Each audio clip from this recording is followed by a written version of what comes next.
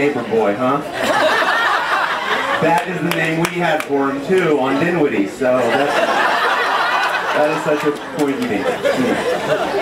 All right, I'm just going to warn you guys right now. I'm first going to explain what exactly happened when some of you saw me going like that with the wine. Here's your standard. I think here's a wine cork. I got it somewhere.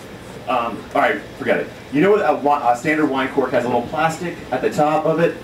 Well, on this one, when it got flipped, the plastic got stuck inside. And all we had was just a little tiny hole for the wine to come out. Oh, but air was pressing against it. So not a lot of wine could come out. And I think you guys got, what, half a sip?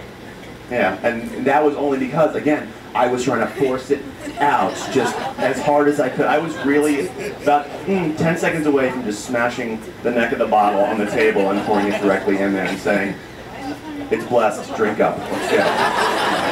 All right. I have so much to say. I don't know, like, how many hours I've spent just, like, sitting with the TV off there. Like, so actually, like, really a lot of thought into this. Like, there's so many things I want to say about these two. I mean, so we're going to go on some tangents. I'm going to go kind of like, we're going to meander a little bit, all right? I'm going to take you into Mordor, but I'm going to bring you right back to the sky. It's going to be fun. So, sit back. Yeah, all right.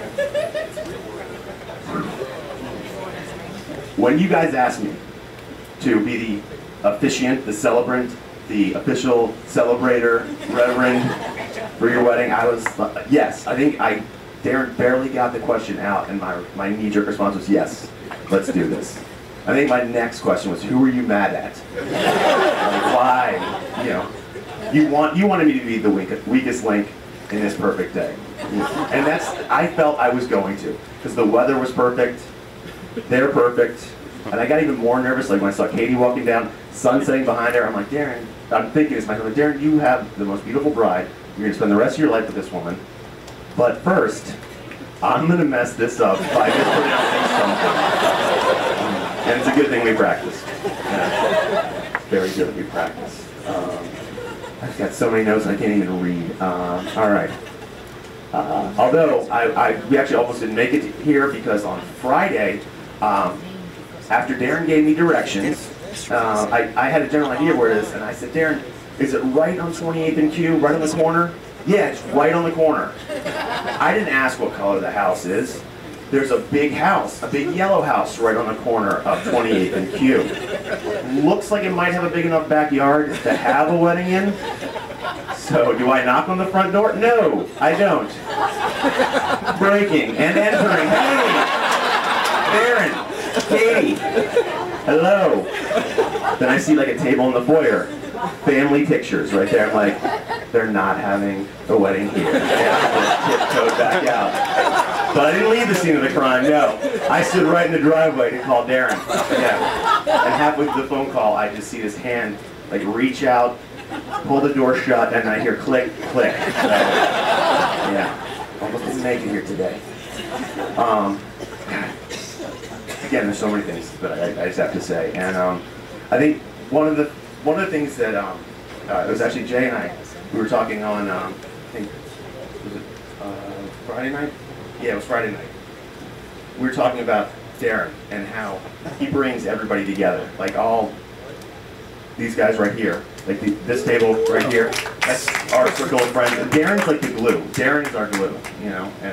But that's not a punchline. That's fact. So. Yeah, I'm just not used to the awkward silence after I make a statement. So Darren is our glue, and now Katie has become like our glue too, because she's just so endearing and magnetic and incredible. And the fact that you spent like your second birthday that you were together with Darren at my comedy show, that was awesome. You know, and because of the fact that you guys were there, I wanted to put on a great show for you for your birthday, and you were just tremendously supportive. Like when I watch the DVD, which I rarely do, but because I hate hearing my own voice, I can make out your laugh. And your laugh is awesome, and it's inspiring at like every comedy show I come to. And Darren, like, you guys are my most consistent fans. I'm sorry, Tony. Sorry. You're like number 3, and the list is growing. But you've been so like tremendously supportive of everything that I'm trying to do in my life, and I know that you guys together, like, you don't find too many people that have that type A drive, but that type B personality. Like there's maybe like another couple like you that's out in DC. You guys would probably find them and like go on dates together and stuff like that. And that would be fun for you guys. But everybody is like type A and you don't want to be around them, or they're type B and like you don't want to be around them. Like you want nothing to do with them. But you guys have that type A drive, and I know you guys are gonna have like the most wonderful life together, and just make each other so happy for years and years to come, and still be just like so cool about it, just going with the flow and getting like a million things done like on the weekends, everything that you ever want to accomplish, but still like, yeah, and then we're just going to chill after that. They want to give like this list of like, I'm going to go running, Katie's going to study, and then we're going to go chop down some trees, build a canoe, go canoeing up and down the Potomac River, harvest all of the food, maybe slaughter, and actually no we're not, because we're gonna have a vegetarian meal tonight. I'm gonna cook it, then we're gonna watch a movie, then we're gonna read a Russian novel, and be in bed by 9:30. After waking up at like 8 on a Sunday. I'm like, you wacky kids. Alright, I got a couple more things I want to talk about. I know that we're supposed to be in there by now, but I got a lot to say on a microphone, so somebody videotaping this, please? Dave. Okay, when I met Katie for the first time, it was actually at John and Stephanie's wedding, and it was, I think, a combination of me just not wanting to be lonely at the like, oh, I want somebody to hang out with, and Darren, he's like, I could use, splitting the room would be great. But he didn't take into the fact that like Katie never met me before, And I'm a lot to like drink in just if you need me on a weekend, not like, hey, he's gonna be sleeping here, like, 3 wheels, tricycle, that was us. She had to deal with like snoring, like of epic proportions, like somebody just clear cutting forests with like twin jet engines. Yeah, that's how it was described pretty much to me. But I knew right away because I like to push people's buttons, and when I pushed, she pushed right back, and I'm like, okay, she's cool, she can deal, and that was when I knew, like, that you were gonna keep her, you're gonna lock it down, and I'm glad that you finally did, and I'm glad that I could be a part of it. Lock it down, like in like the legal sense, not like in the creepy sense. But speaking of creepy, I had never heard the official story of how you guys met.